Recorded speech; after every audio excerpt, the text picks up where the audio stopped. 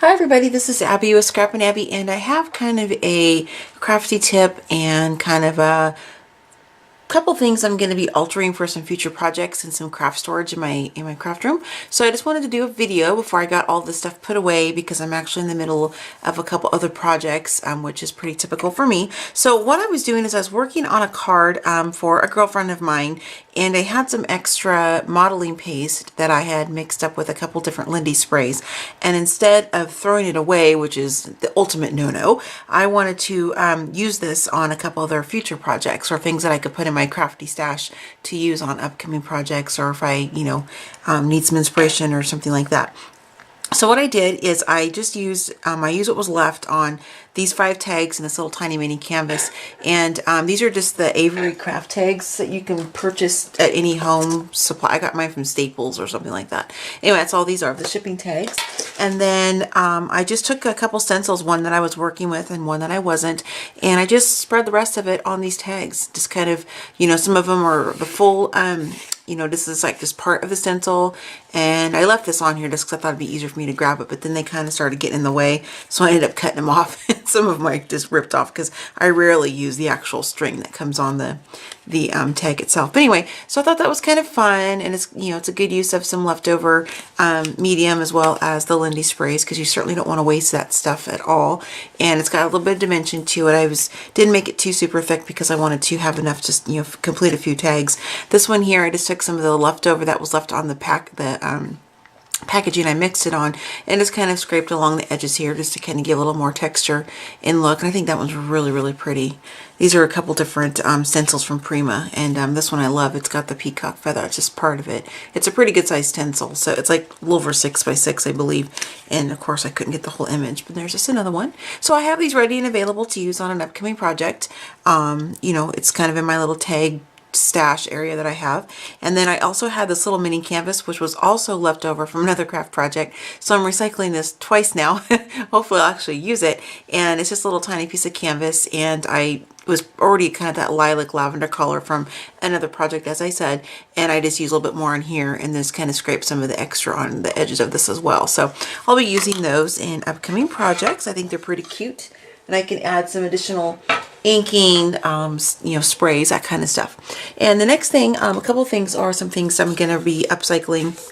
This is a super, super good tea. I get this from a tea shop here in town. It's the sweetest older lady. She's mid-70s, and it's called Mrs. B's Tea Parlor, and it's really awesome. It's like the Red Hat Society, and if you guys don't know what that is, you can Google that. But she has that in there. It's like a tea parlor, and it's all fancy with really cool, vintage like teacups, and you can do high tea, which I've done with my daughter a couple different times, and it's just a lot of fun. I like that kind of stuff. And anyway, so this is a tea that I purchased, and I always take half to work, and I keep half at home because I love to drink tea at work as well. And anyway, so this tin is really, really cute. I didn't want to, just throw it away, of course, because it's really cute. So I'm going to be altering that and using this for some type of storage, my craft room. So I'll be sure to share that as well. And then the next couple things, I'll pull them in here. This is what this looks like. It's actually just a wood box. This was created for another intended purpose, and the project fell through, so these were up for grabs, and so I said I will take them because I want to use them for a project. So this is what they look like, with the slats actually in the divider here. These were supposed to hold something different from outside of crafting, and the person who made these gave them to me and said, hey, do with them what you can. So anyway, so my first thought when I saw these when I was not at home, I was like, oh my gosh, these would be perfect to hold my Tim Holtz dies. So I thought this would be cool, and so, but they don't fit. They're just a little eensy bit too wide. So I thought, well, what if I took out one of the slats? Didn't solve the problem. It was the width issue, because at first I thought it was the height. So I since then have a pretty good storage solution for these. It's in my vintage gym rack. It's over there. I'll show you guys that when I do my upcoming video of my craft room tour this summer, June, July-ish time frame. Anyway, so I thought, gosh, what am I going to do with these? And these little slots, of course, you can pull out, use them for different crafting projects. You could, whatever you wanted to do with them. So I'm keeping this, and I'm going to be altering this, and I'll show you on one that's empty. The first one I showed you guys. Sorry, I'm trying to move everything around on my table. So what I'm going to be doing is covering this with, you know, a combination of some paints around the corners and whatnot, and then some different craft papers, and I'm going to embellish this, and I'm going to make my own version of a vintage sewing drawer.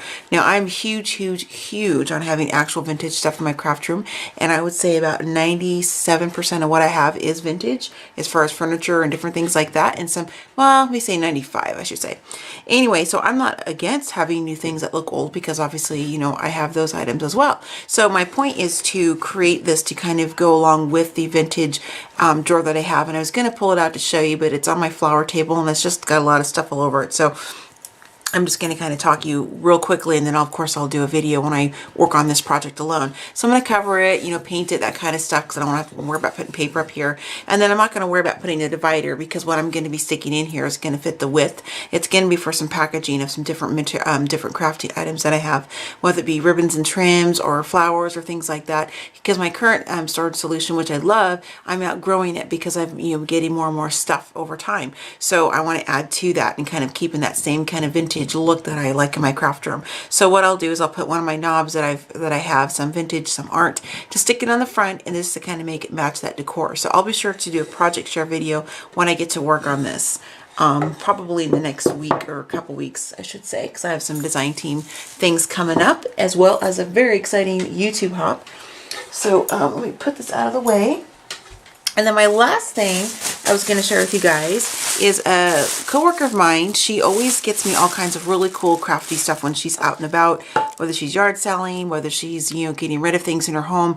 And so she always gives me a lot of really cool stuff. Some I can use, some I can't. And if I can't use it, I will end up recycling it on myself or giving it to like Goodwill or something like that. So it can be used by somebody else, hopefully. So what she gave me are this big, huge bag full of these foam puzzle pieces.